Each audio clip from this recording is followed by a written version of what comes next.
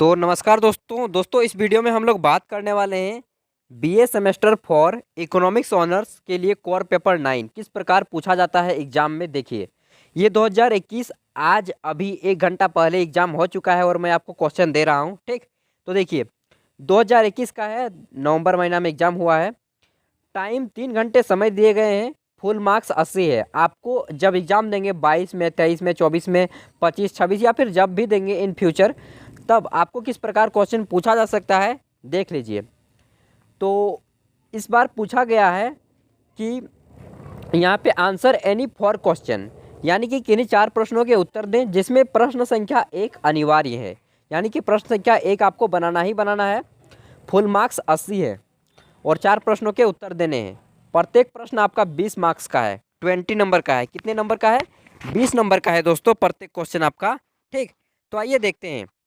प्रश्न संख्या ए को 2 ग्रुप में बांटा गया है, ग्रुप ए और ग्रुप बी। ग्रुप ए में 5 ऑब्जेक्टिव क्वेश्चन है जिसके लिए आपको 10 मार्क्स दिए जाएंगे और प्रत्येक प्रश्न ऑब्जेक्टिव आपका जो है 2 मार्क्स का है। तो आइए देखते हैं पहला क्वेश्चन क्या है। अंतर्राष्ट्रीय व्यापार के तुलनात्मक सिद्धांत के मुख्य प्रतिवादक हैं, कौन है? तो उसका नाम बताना है। पहला ऑप्शन है रिकार्डो, दूसरा ऑप्शन है मार्शल, तीसरा है एडम स्मिथ और चौथा जे.एस. मिल। उसके बाद हमारा दूसरा क्वेश्चन आता है, भुगतान संतुलन सदैव रहता है। ये जितने भी क्वेश्चन है ऑप्शन वाले ये सभी 2 मार्क्स के हैं। ठीक, और कोई भी नेगेटिव मार्किंग नहीं है। भुगतान संतुलन सदैव रहता है संतुलित, असंतुलित, धनात्मक संतुलन या ऋणात्मक संतुलन। ठीक, अगर आप इंग्लिश में कंफर्टेबल हैं तो आप इंग्लिश भी पढ़ सकते हैं, जैसे कि बैलेंस हो जाएगा, इम्बैलेंस हो जाएगा। ठीक ना, पॉजिटिवली बैलेंस होगा या नेगेटिवली बैलेंस होगा। तो जिसमें आप कंफर्टेबल हैं दोस्तों आप उसमें पढ़ें।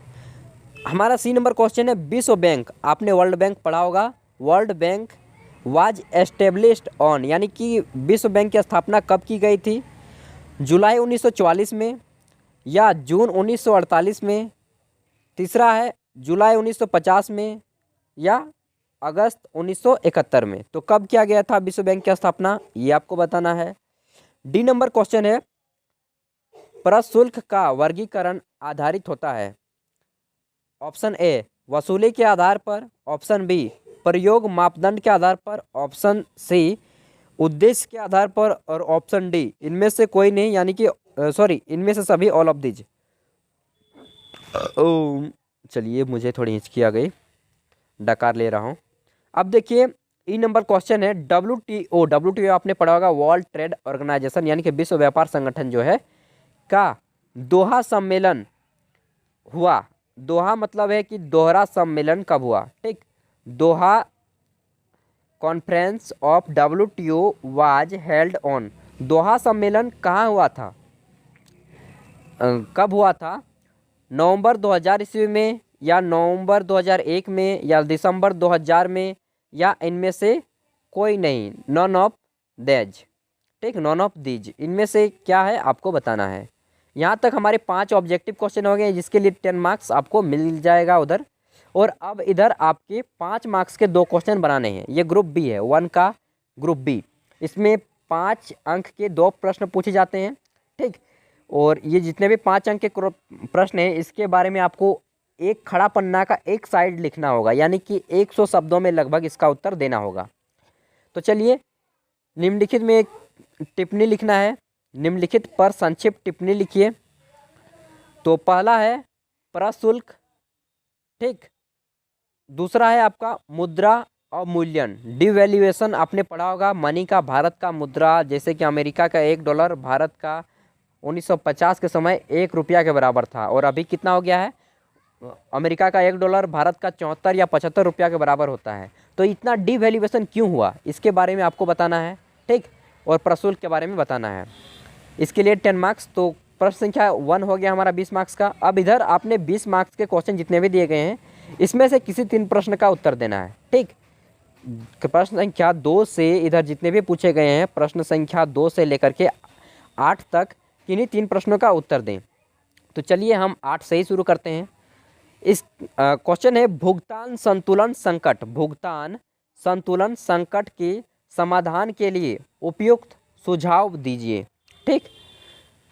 अगला है क्वेश्चन, स्वतंत्र व्यापार से आप क्या समझते हैं? इसके पक्ष तथा विपक्ष में दिए जाने वाले तर्कों का परीक्षण कीजिए।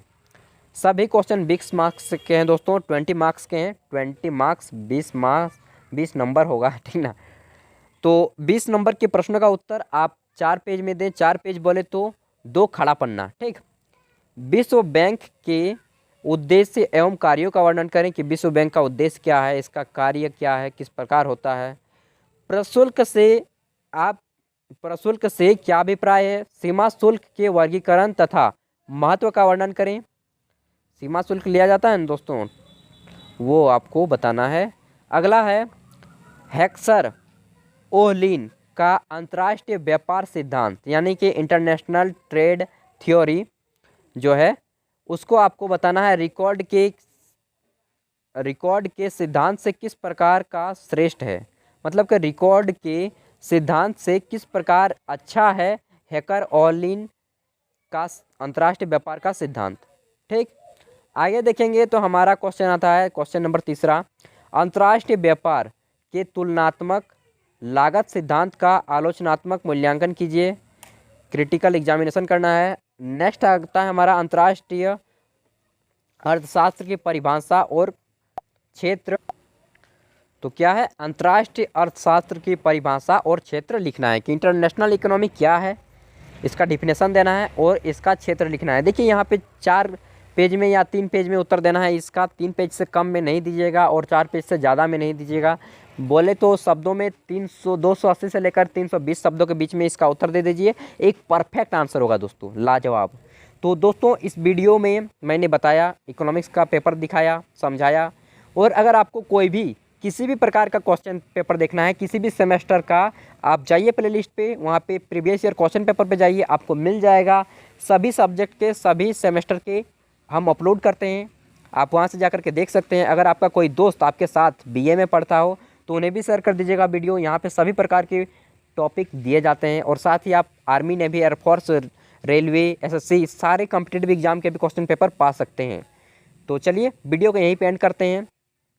पढ़िए, अपने हक के लिए लड़िए, खुद भी आगे बढ़िए, देश को भी आगे बढ़ाइए। नौकरी कीजिए, चाकरी कीजिए, व्यापार कीजिए, जो भी करना है कीजिए, लेकिन काम कीजिए भाई, बैठे मत रहिए घर पे, ठीक ना। क्योंकि बैठेंगे तो बेरोजगारी बढ़ेगा और आप गरीबी की दलदल में फंस जाएंगे।